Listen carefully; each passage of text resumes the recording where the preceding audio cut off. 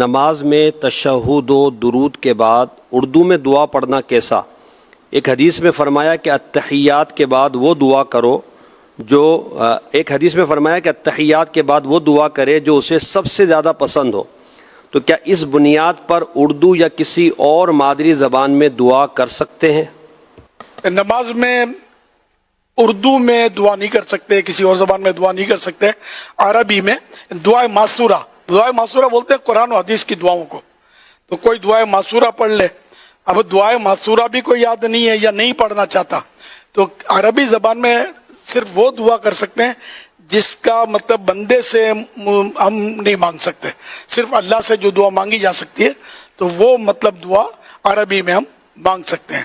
باقی یہ کہ نماز کے علاوہ بھی اگر برکت کے لیے عربی میں دعائیں کریں اور معنی بھی سمجھ میں آتے ہیں، ان کے معنی پر نظر ہے تب تو سونے پہ سہاگا. ورنہ یہ کہ معنی نہیں سمجھ آتے اور جو مانگ رہا ہے وہ دل میں کچھ اور مانگنا چاہتا ہے تو اب یہ کہ وہ اپنی زبان میں بھی دعا کر سکتا ہے. اور سجدے میں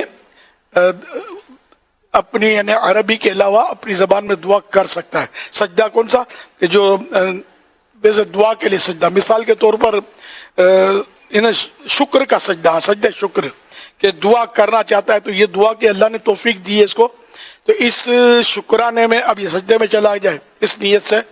اور اب یہ کہ اس میں چاہے تو یہ اپنی مادری زبان میں دعا کر سکتا ہے.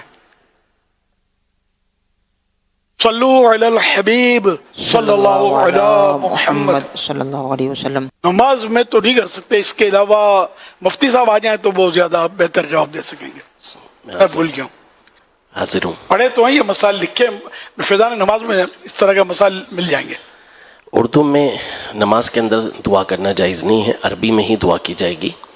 اور اس کا مطلب کہ وَيَتَخَيَّرُ بِمَا شَاءَ، یہ بخاری شریف کے الفاظ ہیں. اور نبی پاک صلی اللہ علیہ وسلم نے پھر حضرت ابوبکر رضی اللہ عنہ کو الگ سے دعا بھی سکھائی تھی اور پھر یہ اختیار دیا ہے کہ کوئی سے بھی دعا پڑھ لے.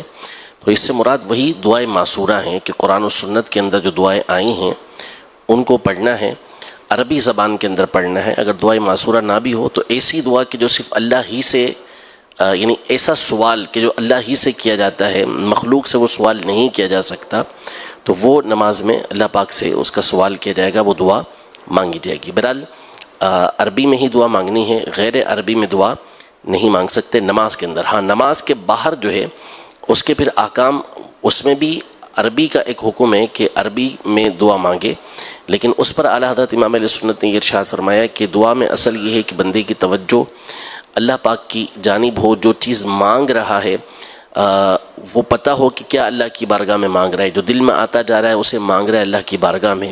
تو وہ ظاہر ہے کہ ہر ایک عربی زبان میں اسے نہیں مانگ سکے گا، تو اپنی مادری زبان میں اس کا پھر دعا مانگنا یہ بہتر ہوتا ہے.